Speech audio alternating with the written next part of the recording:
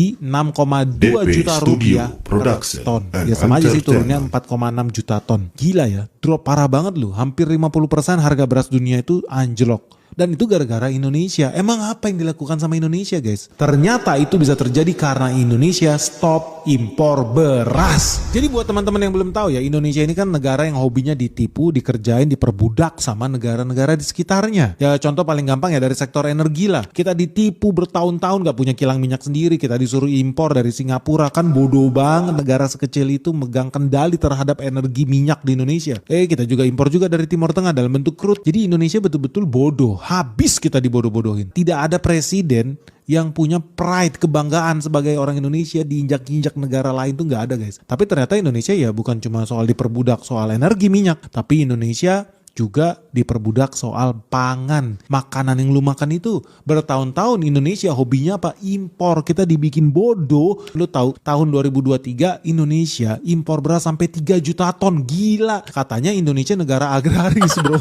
Tapi faktanya kita dibikin bodoh sampai impor 3 juta ton beras. Nah, di sini lu harus bertanya-tanya, guys, kenapa ya Indonesia bisa-bisanya ya sebelum Amran jadi Menteri Pertanian, bisa-bisanya kita itu impor sampai jutaan ton beras, guys. Ya bisa jadi karena Menteri Pertanian sebelumnya itu anak setan, guys. Wah, pasti banyak orang yang marah nih. Benix gak ada adabnya, gak tahu sopan lu sama orang tua.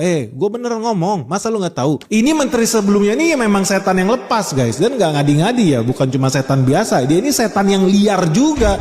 Kenapa liar? Karena dia lapar banget buat bertindak jahat, guys, sama bangsa kita. Pengkhianat bangsa nih, dia korupsi, guys. Jadi lu jangan kuliahin gua, ngapain lu Benix ngatain orang tua setan, gak sopan lu Benix. Enggak. Fakta bahwa menteri sebelumnya adalah setan yang lapar, korupsi, gila banget. Udah tahu banyak petani Indonesia menderita, miskin. Apa yang dia lakukan? Impor beras. Kan goblok, tambah miskin lah petani kita. Sadis. Makanya kalau dibilang Benix kok gak ada adabnya yang ngatain mantan menteri itu kok setan gitu. Simpel aja, setan beneran ini, bro. Buktinya hari ini sekarang dia lagi sekolah di penjara, guys.